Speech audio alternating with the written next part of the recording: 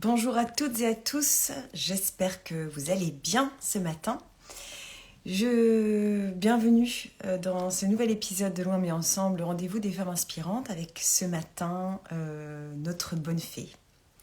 Pour moi, c'est une fée qui ne s'est pas penchée sur nos berceaux, c'est un peu tard, un peu grand, mais en tous les cas qui se penche régulièrement sur nos vies et c'est chouette d'avoir une Isabelle Serre dans nos vies. Alors, dans nos vies physiques, pas forcément, on habite loin, mais dans tous les cas sur Insta, parce qu'elle est très très active sur Instagram. C'est Isabelle Serre. Isabelle Serre qui est plein de choses, mais elle saura mieux que moi se présenter. Et en tous les cas, au-delà d'être une fée bienveillante, c'est une fée addictive. Je trouve qu'elle est incroyablement addictive et toujours bienveillante, très claire et sans mièvrerie. Et ça, on adore. Donc, on adore Isabelle, que j'ai hâte de vous présenter, ou je pense que beaucoup la connaissent déjà. Alors, voilà pourquoi ça ne marche pas. Et ben voilà, quelques instants. Isabelle va apparaître et vous pouvez lui poser toutes les questions que vous voulez. Il y aura certainement, si on a le temps, tirage de cartes à la fin. Bonjour Isabelle. Coucou, ça va? Ça va et toi? Ça va très bien. Avec ta jolie décoration derrière, comme tu peux Namasté. voir. Excellent. Bien, alors, on attaque tout de suite parce que beaucoup de sujets à aborder et en moins d'une heure, ça va être un petit peu, je pense, compliqué. Mais on va faire au mieux, d'accord? Est-ce que tu veux bien d'abord te présenter et nous raconter un petit peu ton parcours, qu'est-ce qui fait qu'aujourd'hui, tu es suivie par autant de personnes et que tu es aussi active et surtout, enfin bref, je vais prendre 10 minutes quand même pour représenter tout ce que tu as fait. Vie antérieure. Je crois que j'ai presque tout, hein. Tu vas me dire, mais je crois que j'ai presque tout. Au niveau des oracles. Oracle mission de vie. Oracle la puissance de la lune. Oracle chakra du cœur. Alors attends, j'ai pas fini. Nous avons aussi l'oracle libération énergétique. L'oracle des voix des âmes. Pas des âmes, trop chaud. Voix des âmes, excuse-moi. Ensuite, on va faire celui-ci, l'oracle des flammes jumelles et autres relations karmiques. Enfin, tous sont sublimes, alors je ne vais pas le dire à chaque fois. Hein. Et moi, j'ai celui-ci parce que je suis du signe de la Vierge et moi, donc, j'ai les bâtisseurs. Voilà. Donc, effectivement, j'ai pas les autres, mais ça fera partie des achats ultérieurs. Ensuite, nous avons, alors attends, avant, parce que je finirai par celui-là, le nombre boussole, on y reviendra, parce que j'ai plein de questions à poser là-dessus. Bon, j'ai plein de questions à poser sur tout, alors je ne sais pas comment je vais faire. Ce coffret qui est juste exceptionnel, on y reviendra. Et, franchement, mais c'est une Bible ton bouquin. Like C'est un petit livre de poche. Pas évident quand même à transporter. Il faut un gros sac à dos et puis un bon dos bien solide parce qu'il y a du matériel. Mais il est incroyable ce livre. Je sais pas, peut-être. Alors, il est incroyable parce que déjà, tu abordes tout, que ce soit astrologie, numérologie, tout ce qu'on peut se poser comme question sur les gens, les anges, sur tous les sujets qui peuvent intéresser les personnes qui sont, en tous les cas, en développement spirituel. C'est assez incroyable. Bah, ce livre-là, je l'ai écrit Je ne peux pendant. pas le mettre à l'endroit parce que C'est la sur caméra. Instagram, c'est toujours à l'envers. Voilà. Je l'ai écrit pendant le premier confinement. D'ailleurs, c'est très drôle parce que Virginie, qui est ma meilleure amie et qui travaille avec moi, elle m'a dit, écoute, ne dis pas que tu l'as écrit pendant le premier confinement, les gens ne te croiront pas. Parce qu'il fait 500 pages. Et du coup, c'est un livre, oui, parce que quand on découvre la spiritualité, on peut se demander, mais je commence par quoi, je sais pas, etc. Et moi, j'ai voulu regrouper les grands principes de la spiritualité sous forme ludique. Pour pas, moi, mon but, c'est que chaque personne puisse être la plus autonome et indépendante possible. Donc, c'est un livre qui n'a pas de début, qui n'a pas de fin. Il y a des questionnaires, il y a des exercices, il y a des fiches récapitulatives et tu le lis en fonction de tes besoins et c'est pour découvrir un grand panel de la spiritualité que ensuite tu peux approfondir. Je peux avoir comme critique de oui mais ça aborde tout mais entre guillemets en surface. Mais déjà que des fois je me fais engueuler parce qu'il fait 500 pages. Si j'avais expliqué tout en détail, il en ferait 1500. Bien sûr. Au moins. Et pourquoi pas un deuxième tome? Parce que bah là, je suis, il y a mon deuxième livre qui sort. Alors, c'est pas forcément un guide du Lightworker 2, mais il y a une continuité. C'est parce que, en lien avec le premier confinement, en fait, il y a eu une grande émergence d'un intérêt pour la spiritualité, mais sous forme de ce que moi j'appelle la spiritualité doudou, c'est-à-dire que il y a une recherche de la spiritualité, d'un refuge magique et surtout de recherche d'outils miracles pour se libérer de tout ce qui ne nous convient pas.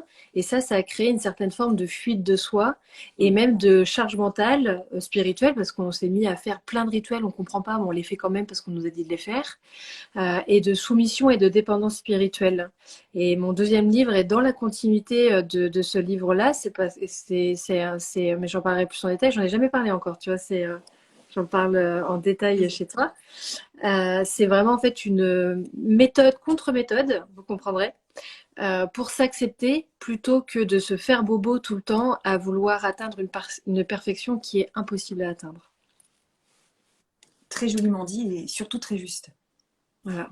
C'est important de ne pas oublier justement que sortir de ce côté magique, mais ce sont des outils pour nous aider à vivre et ou à cheminer, mais pas à trouver des solutions de façon miraculeuse en tous les cas. C'est ça. Bah, pour moi, le miracle, il est à l'intérieur de soi, il n'est pas extérieur. Et d'ailleurs, tu le dis très bien. Dans le guide du Lightworker, tu l'expliques très très bien, tu le dis plusieurs fois. Euh, Prenez, voilà, vous êtes votre propre Dieu finalement. Vous êtes votre propre chef, finalement, votre propre guide intérieur aussi. Bah, on peut vraiment facilement. On dit toujours que les autres nous embrouillent. Ça peut être le cas, hein. Mais on est notre principale embrouilleuse et embrouilleur. Et on peut vraiment déjà, on peut soi-même s'embrouiller et se faire croire des choses et se fuir soi-même, s'enfermer dans des cases. Alors c'est pas du tout une critique ou un jugement de ma part, parce que moi-même je l'ai déjà fait. Et c'est aussi important d'être honnête envers soi.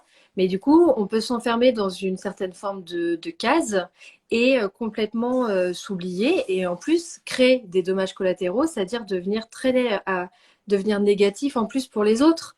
Donc se regarder en face, c'est hyper important pour créer son propre bien-être, mais également pour être cool avec les autres. Parce que moi, je crois pas aux personnes méchantes, je crois aux personnes qui fuient leurs blessures. Pour moi, les personnes qui vont être les plus méchantes avec les autres, ce sont des personnes qui sont blessées et qui veulent pas le reconnaître. Ça n'excuse pas, hein. Mais je crois pas en la nature profonde méchante. Tu crois Hum, pas? hum. Je suis d'accord. Ton livre dont tu parles, dont tu viens nous révéler l'exclusivité sort quand? En novembre. Ok, allez, courage, on tient bon jusque-là. Soyons patients. C'est bien, ça fait partie de notre travail aussi d'humain, d'apprendre la patience, donc c'est parfait. Donc, je suis partie dans la présentation de tous tes magnifiques oracles, on y reviendra. Est-ce que tu peux nous raconter un petit peu justement ton parcours avant d'arriver jusqu'ici, là, aujourd'hui? Quel a été un petit peu parfois ton parcours professionnel et spirituel? Alors, moi, j'ai toujours été dans. J'ai toujours eu cette animation, on va dire, pour la spiritualité. On va dire que quand j'étais petite, je voyais des choses que les gens ne voyaient pas, etc. Et m'a vite appris à me taire. J'ai pas forcément eu un passé facile et j'ai voulu comprendre pourquoi en fait j'ai rencontré des bourreaux, si je peux dire ça comme ça, plus jeune. J'ai voulu comprendre en fait comment on a pu abîmer un être vulnérable, parce que quand j'étais enfant j'étais vulnérable, donc c'est pour ça que j'ai fait des études de psycho. Donc je suis allée jusqu'à la licence et puis après les conditions étaient pas ouf, etc. Donc j'ai arrêté et j'ai eu plusieurs vies, j'ai fait plusieurs métiers si je peux dire ça comme ça, mais on va dire en lien avec mon père qui était directeur de banque, je suis rentrée dans la banque, j'ai été chargée de clientèle, même presque gestionnaire de patrimoine, hein, ça rigolait pas, hein. Mais je me faisais chier, clairement. Et surtout, je suis tombée gravement malade des reins. Ça m'a dit ça. Mm. Et puis ben, un jour, en pleine réunion, j'ai insulté mon directeur. Faut pas le faire, ça, hein. Et je suis partie un mois toute seule en Thaïlande. C'est vraiment un voyage qui a changé ma vie, parce qu'en plus, je suis partie sans téléphone. sans rien, alors que je suis une nature très timide, avec un anglais pourri. Enfin bref, je sais pas comment j'ai fait pour survivre à ça. Mais quand je suis rentrée, j'ai quitté la banque et j'ai créé les oracles d'Isa, mais je pensais pas du tout pouvoir en vivre. Donc à cette époque-là, je proposais des consultations et donc j'ai passé mon concours infirmière. Tout le monde me disait non mais tu l'auras jamais. Bah tu vois, j'ai eu mon concours, ouais. J'ai validé la première année d'ailleurs et j'étais dans les 5 premières. Et du coup, je pensais faire un report parce que la vie a fait je pouvais pas continuer les 2 années supplémentaires. Donc je suis devenue aide-soignante pendant quelques mois. Et puis en fait, j'étais aide-soignante la nuit et je faisais des consultations le jour. J'ai ressemblé à un zombie, clairement. Oui, j'allais te poser la question. Comment as-tu pu survivre aussi à ça? Et donc, je me suis laissée, j'ai dit, bon, bah, je fais quoi? Soit je suis aide-soignante, soit je fais des consultations, mais il faut que je fasse un choix entre les deux. Et donc, j'ai choisi les oracles d'Isa. Et en fait, au fur et à mesure du temps, je me suis rendu compte qu'il y avait une certaine forme de dépendance qui se créait. C'est-à-dire que les personnes qui me consultaient, en fait, mettaient toutes leurs billes en moi. Et je trouvais pas ça forcément juste parce que je me suis dit attends pas bon karma ça que ce soit pour moi parce que je pouvais avoir une emprise et également pour les personnes parce que pour moi je crois pas aux dons, on a toutes et tous des capacités et c'est en ça que j'ai créé mon premier oracle chakra du cœur parce que la première question en consultation c'était toujours par rapport à la vie sentimentale, D'accord. donc je l'ai créé en Ah, c'est le auto-édition. premier, ça. D'accord. Ouais. Ah, Mais il y a une autre version mais qu'on peut plus vendre si je peux dire ça comme ça parce que c'était en auto-édition et ah, je suite à l'ai ça. vu. Je l'ai Ouais. vu. C'était, tu te souviens, au lancement de chez Carol Oui, Smile. Ouais, Carole elle à la est première. magnifique. Parce que Carole, on se connaît depuis très longtemps. Et puis, suite à ça, j'ai été contactée par Guillaume Trédaniel, qui est mon éditeur actuel. Et puis, l'aventure des oracles d'Isa en tant qu'autrice a commencé, quoi. Mais savoir que ça allait être aussi important aujourd'hui, non, pas du tout, hein. J'étais loin de m'imaginer tout ça. Pourtant, Isabelle, dans tout ce que tu me racontes, j'ai l'impression quand même qu'il y a un élément charnière par rapport à ton voyage en Thaïlande. Est-ce que, déjà, j'ai l'impression que j'entends que c'est un voyage initiatique d'une certaine manière, ce que tu as vécu là-bas. En fait, j'ai rencontré C'était mon un ange gardien révélateur. là-bas. J'ai rencontré directement mon ange gardien. J'ai cru que j'allais mourir d'ailleurs parce que ça a vraiment été Alors, je n'avais pas pris de drogue ou quoi, ok, ça, hein. Mais c'était ma deuxième nuit à Bangkok où vraiment je comprenais rien de l'accent thaïlandais. Il faisait chaud. Je me sentais vraiment comme une merde, clairement. Et oui, j'ai rencontré mon ange gardien, mais c'est la seule fois que je l'ai rencontré aussi puissamment et j'espère que ce sera la seule parce que physiquement, c'était pas du tout agréable. Mais j'ai vraiment le corps qui tremble de partout, la grande lumière blanche. Pour moi, j'étais en train de mourir, je faisais un AVC, on allait retrouver mon corps complètement pourri 15 jours après dans la petite chambre d'hôtel Minab où j'étais, hein. Mm. Et sa voix, vraiment sa voix qui m'a marquée en disant que, euh, que ça faisait des semaines qu'il essayait de rentrer en contact avec moi, mais j'étais têtue et que j'écoutais pas, je vois pas de quoi il parle. Tu te fais engueuler en plus. Oui, oui, il m'a engueulé et il m'a dit de pas quitter, parce que je voulais rentrer moi en France du coup.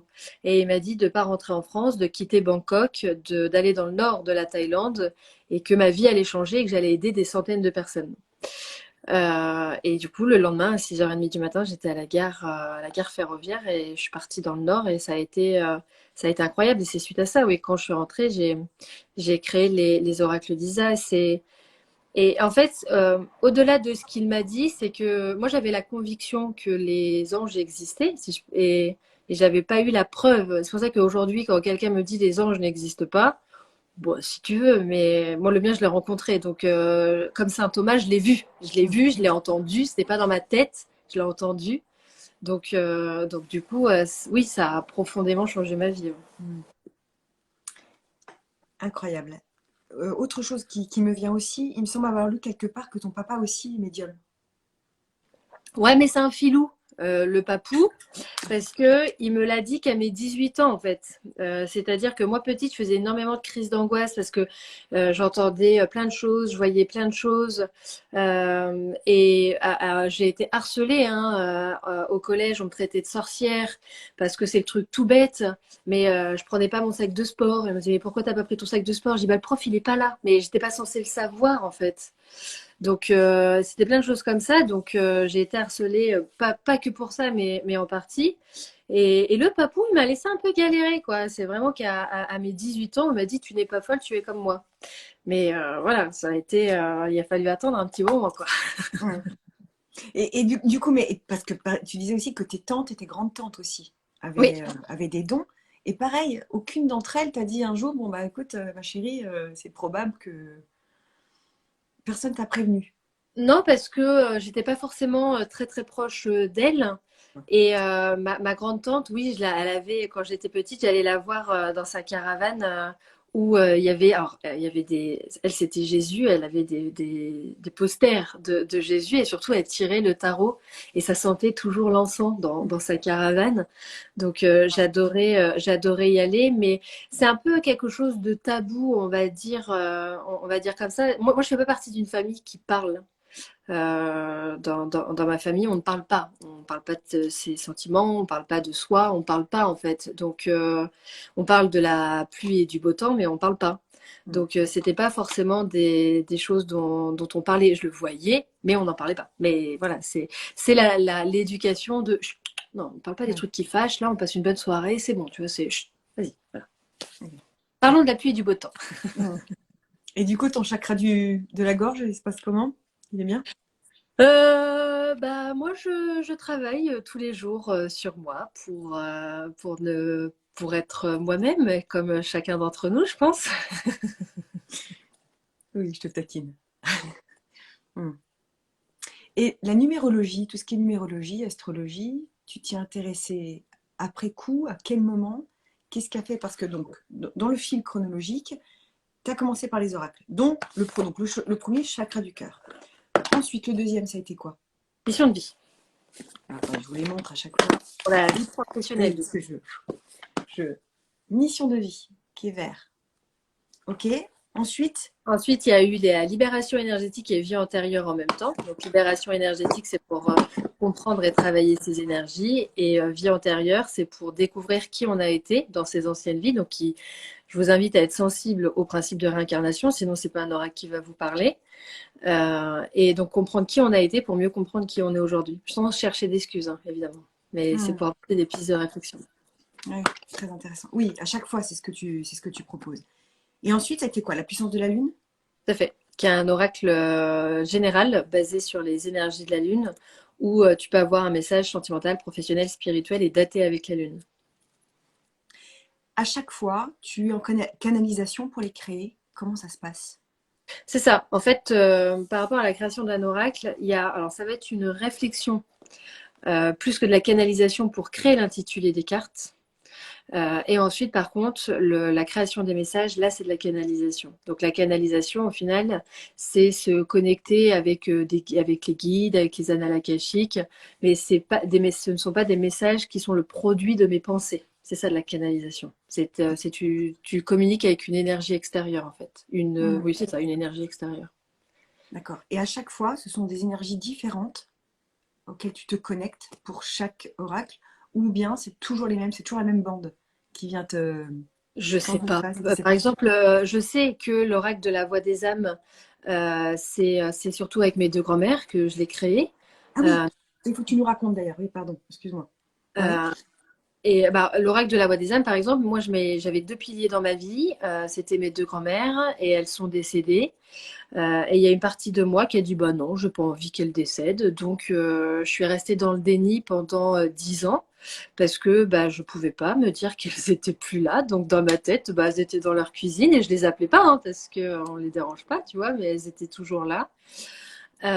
Et ce qui est assez drôle, c'est que par exemple, parce que je fais des conférences sur l'éveil de l'âme, et si je faisais des conférences sur la médiumnité ou quoi, ok, le lendemain, j'avais une énorme otite parce que bah, en fait, j'avais fermé une partie de mes capacités parce que si je leur parlais de l'autre côté, ça voulait dire qu'elles étaient décédées, qu'elles étaient plus dans leur cuisine. Et quand je rencontrais des personnes qui avaient qui travaillaient leur capacité médiumnique, ils disaient, ah, il y a une vieille dame qui est à côté de toi, elle te dit qu'elle est là. J'ai dit, ah, papa, pas envie d'entendre ça. Et puis un jour, bah, ça faisait quand même presque 10 ans, je me suis dit, bon, il serait peut-être temps quand même de passer cette phase de déni et d'accepter leur départ. Et je m'attachais, le fait de créer l'oracle de la voix des âmes, en fait, ça m'a permis d'accepter qu'elles étaient plus dans leur cuisine, en fait. Et là, j'ai adoré créer tous mes oracles, mais celui-ci, j'ai vraiment adoré le créer parce que je les ai ressentis et ça faisait longtemps et elle m'avait fortement manqué en fait. Donc c'est vraiment un oracle que j'ai adoré créer celui-là. Mm. Ouais, ça parle, hein. Ça, ouais.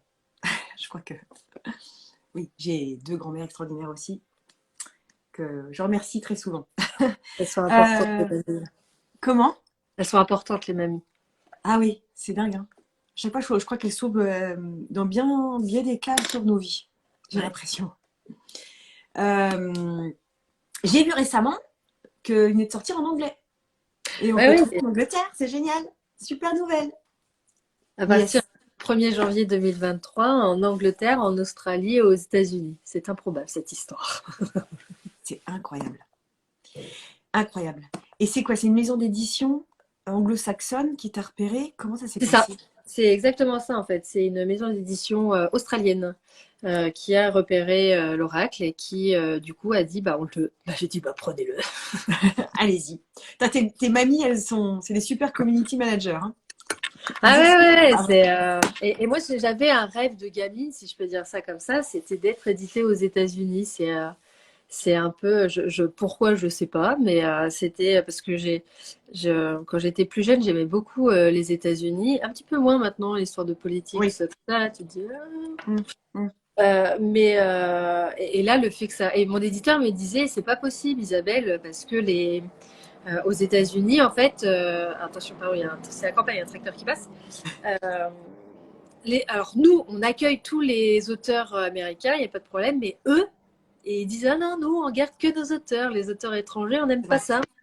Donc, et puis le problème c'est que moi j'ai un petit côté, me dis pas que c'est pas possible, tu vois, parce que je vais y aller quand même, je vais le faire quand même.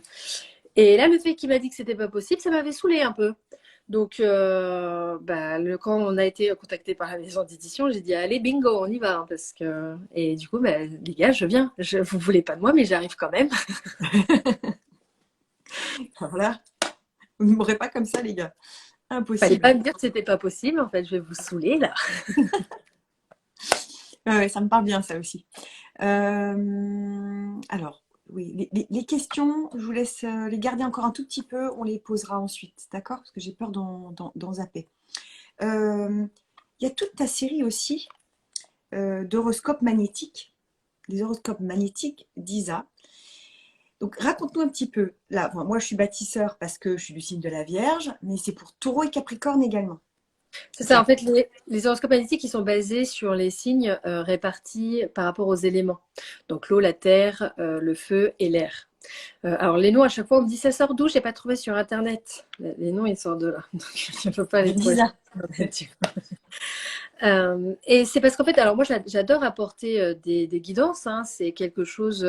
Avant, c'était beaucoup la lumière du jour, mais il y a un moment où ça me lassait de le faire. Et moi, je me force à rien, c'est-à-dire que si je prends pas de plaisir à faire quelque chose, je le fais pas. Parce que je supporte pas la contrainte en fait. Ça, c'est quelque chose. J'ai un esprit de contradiction assez fort. Donc bah, ça se voit d'ailleurs avec l'oracle, hein, mais donc si tu me dis fais-le et que j'ai pas envie de le faire, bah je le ferai pas pendant 3 semaines. Et j'adore l'astrologie, c'est vraiment quelque chose qui me passionne. J'aime bien aussi l'originalité. Moi, j'aime bien sortir des cases. Donc c'est pour ça en fait que j'ai créé l'horoscope magnétique. Donc c'est sous forme de vidéos 2 à 3 fois par semaine. Ça dépend si j'ai envie ou pas de le faire. Hum. Et on m'avait demandé à en faire des oracles. On me dit, attends, mais ce serait bien quand même d'avoir support papier. tous les jours pour soi, etc. Et c'est pour ça, du coup, il y a la collection Horoscope Magnétique, donc c'est 4 coffrets. Donc les bâtisseurs, les Atlantes, les Phénix et les Monarques. Donc Monarque l'air, Phénix feu, Atlante eau et Bâtisseur terre. Et en fait, ce sont une carte que tu peux tirer quand tu le veux dans la journée, sans créer de dépendance, bien entendu, pour avoir un message général. C'est une guidance générale, en fait, basée sur l'astrologie, du coup. Est-ce que tu nous conseilles d'en tirer une par jour, une par semaine quand on le sent? Alors, tout est une question d'équilibre. C'est-à-dire que si tu passes une mauvaise journée parce que tu n'as pas tiré ton oracle, tu le revends, ton oracle. Parce que ça veut dire que tu es dans la dépendance. Oui. Tout est une question d'équilibre. Ça peut être un rituel le matin, comme moi c'est le cappuccino, tu vois. Non, là c'est le café viennois. J'aurais pu te dire que c'est de l'eau avec du citron, mais pas du tout. C'est du café viennois Okay. avec beaucoup de sucre. C'est la vie. C'est la base. Et soit c'est ton rituel du matin, soit c'est ton rituel du soir lorsque tu fais tes méditations, ta respiration et c'est ok. Soit tu le fais quand on ressent le besoin, soit tu le fais quand il pleut. Ça dépend vraiment de toi. Mais le but, c'est de le faire de façon équilibrée, c'est-à-dire qu'il n'y a pas cette obligation et il n'y a pas cette notion de dépendance. Si tu es actuellement dans une dépendance spirituelle, tous tes outils, tu les laisses de côté, tu les files à quelqu'un, tu les mets à la cave et tu te poses la question de ce que tu fuis en toi avec honnêteté et justesse et tu reprends le lead. Un oracle, comme n'importe quel autre outil spirituel, n'est qu'un outil. Ça, c'est important. Ça, c'est dit. J'espère que Ouais, c'est bien entendu et bien compris. il Et, n'y a pas d'obligation. et d'ailleurs, c'est très important d'avoir de travailler sur soi Exactement. et avoir ça en plus, effectivement. Parce que Ce n'est qu'un plus. Ce n'est qu'un plus. Et un oracle n'est pas magique. Il révèle ta magie intérieure. C'est pas c'est magique. important aussi de le rappeler, en effet. Est-ce que tu proposes aussi, c'est pour ça que, parce que, en gros, je ne vais pas raconter ma life, mais c'est pour donner, c'est un exemple. Hein. Donc, je suis vierge ascendant scorpion, avec un signe lunaire en gémeaux. Est-ce que du coup, parce que là, du coup, c'est mon signe solaire, vierge, est-ce que tu conseilles aussi, du coup, de prendre plutôt, parce que je sais qu'en tant que femme, on est plus en lien avec notre signe lunaire. Déjà, est-ce que c'est vrai? Qu'est-ce que Ça tu en dépend. penses? Ça dépend de. En fait, ce que soit solaire, ascendant et lune, les trois sont importants et en fonction de ton libre arbitre, en fonction également des conjonctions de tes planètes, etc., ça va pas avoir la même influence sur toi. L'astrologie est à notre image. Nous sommes des êtres complexes, donc l'astrologie est complexe. Tu le fais selon tes ressentis. Te dire, vu que tu es dans trois groupes, trois éléments, achète les trois oracles, bon, je vais faire plaisir à mon éditeur. Ça fera 3 bâtons, mais ce ne sera pas forcément le conseil qui vient du cœur. Fais-toi confiance par rapport à tes ressentis et vers quoi tu es guidé. Il y a des moments où ça va être davantage la lune parce que tu vas être dans une phase d'introspection, dans une phase de connexion à toi-même. D'autres fois, tu seras dans une énergie de décision et du coup, ce sera davantage ton signe solaire. Et d'autres fois, tu seras dans cette découverte de ta personnalité et ce sera ton ascendant. Il n'y a pas de règle en fait. Fais-le Son selon ressenti. tes besoins, quoi. Donc, juste pour répondre à une question qui vient de passer, pour calculer le signe lunaire, je répondrai comme à mes enfants quand ils me posent des questions. Vous avez tout le temps votre téléphone à la main? Et bien, il y a super Google qui est capable de répondre. Donc, non, vous tapez calcul du Sur signe lunaire. Astrotep, Ouais, oui, et puis voilà, il faut juste rentrer. Je crois que c'est lieu de naissance, date, heure de naissance, et puis ça apparaît. et tu regardes la position dans quel signe se trouve la lune. Et si tu sais pas, par exemple sur Astrotep, tu cliques sur la lune et ce sera marqué en gros le signe où ça se trouve. Très intéressant. Ensuite, donc là, on finit les oracles. Nous avons l'oracle, magnifique, des flammes jumelles et autres relations karmiques. Comment t'es venue justement cette magnifique collaboration et cette création d'oracle qui, pour le coup, n'a pas du tout le même aspect, la même dimension que les autres? Eh bien parce que j'ai une fascination pour Natasha Bird et pour son travail et que je voulais collaborer avec elle. Quand elle m'a dit oui, j'ai dit t'es sûre? Parce que ça m'a l'air trop facile ça. Et c'est pour ça d'ailleurs que c'est un grand coffret par rapport aux autres, parce que je voulais vraiment mettre en avant son travail, c'est pas du tout, on n'est pas, voilà, on n'est pas, ça veut pas dire que les autres illustratrices, je voulais pas, Oui. mais c'était une volonté là, à ce moment-là, de vraiment avoir une grande boîte toute jolie. Et en fait, j'ai créé cet oracle parce que je me suis rendu compte que, alors moi je suis passionnée par le karma et les vies antérieures, mais je me suis rendu compte qu'on pouvait s'enfermer dans des schémas relationnels toxiques justifiés par des relations karmiques. Par exemple, je souffre parce que c'est ma flamme jumelle. Et d'ailleurs, avec ce titre-là, je t'embrouille, parce que l'oracle des flammes jumelles et autres relations karmiques, en fait, dans cet oracle-là, alors je t'explique les liens d'âme et les contrats d'âme que tu peux avoir avec une ou plusieurs personnes, mais c'est surtout qu'il y a la guidance amour de soi et éveil de soi. Et en fait, je profite de la notion de relation karmique pour t'apporter des conseils et des pistes de réflexion pour t'aimer toi-même. Parce qu'une relation karmique, c'est un contrat entre deux âmes qui souhaitent se retrouver dans cette vie-là. Mais moi, je dis toujours, la rencontre est écrite, c'est le libre arbitre des deux personnes qui construit la relation. Et une relation karmique ne vaut pas la peine que tu souffres. N'importe rien ne vaut la peine que tu souffres au final. Parce qu'on a aussi cette croyance limitante que c'est les plus grands soldats qui ont les plus grandes épreuves et ça va, on va se détendre 3 secondes, tu as le droit d'avancer et de faire des pas de géant sans te péter la cheville en fait. Donc le bonheur n'a pas de prix. Le bonheur n'a pas le prix de la souffrance. Donc, c'est pour ça que cet oracle-là, je l'ai vraiment créé pour que, au-delà de comprendre la notion de relation karmique, si tu as besoin de conseils et d'un soutien, tu réapprennes à t'aimer toi avant de partir à la conquête des autres. C'est quelque chose de très important, relation karmique ou pas relation karmique. Hum, Très justement dit.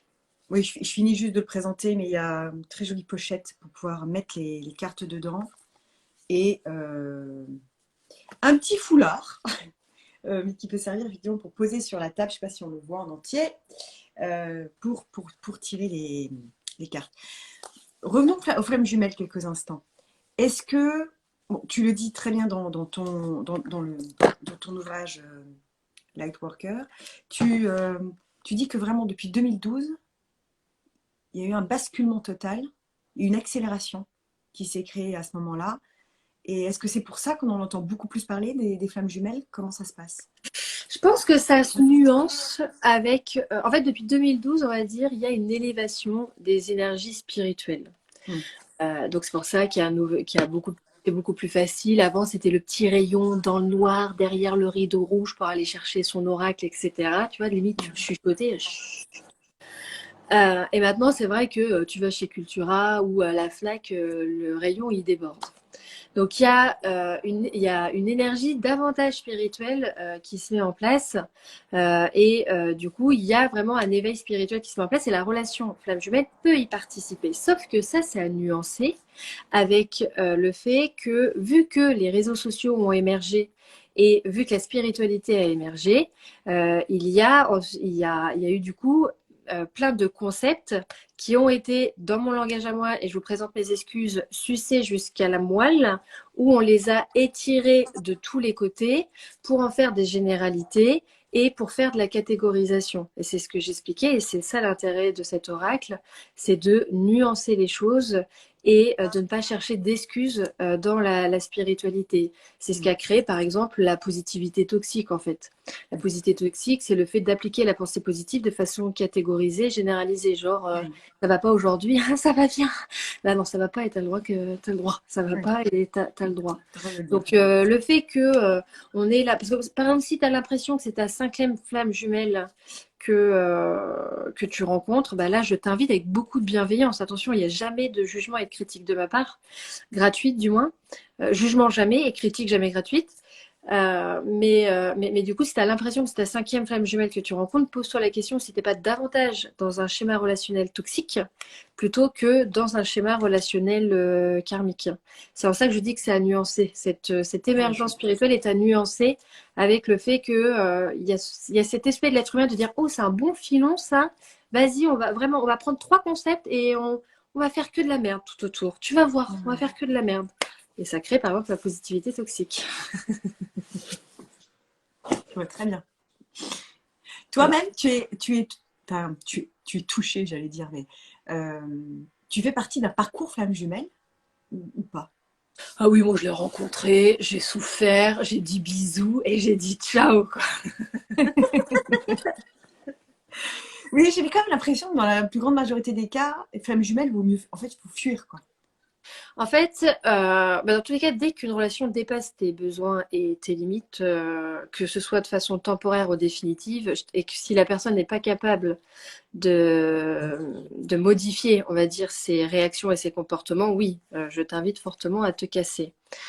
Mais en fait, rencontre flamme jumelle, c'est pour se rencontrer soi. C'est-à-dire pour avoir une révélation de soi-même. Et ce qui est fou, c'est que on dit toujours qu'en fait, deux flammes jumelles se retrouvent. Chose qui est vraie. Mais elles se retrouvent pas pour faire plein de bébés et acheter 18 maisons ensemble. Lorsqu'elles se retrouvent, ça peut être pour recommencer le même schéma, ça peut être pour inverser les rôles, ça peut être pour se dire merci et bisous et on se voit plus, ça peut être pour devenir pote et peut-être ça peut être pour être devenir un couple sentimental. Mm. Mais c'est pas le but premier. Et moi, pour la petite histoire,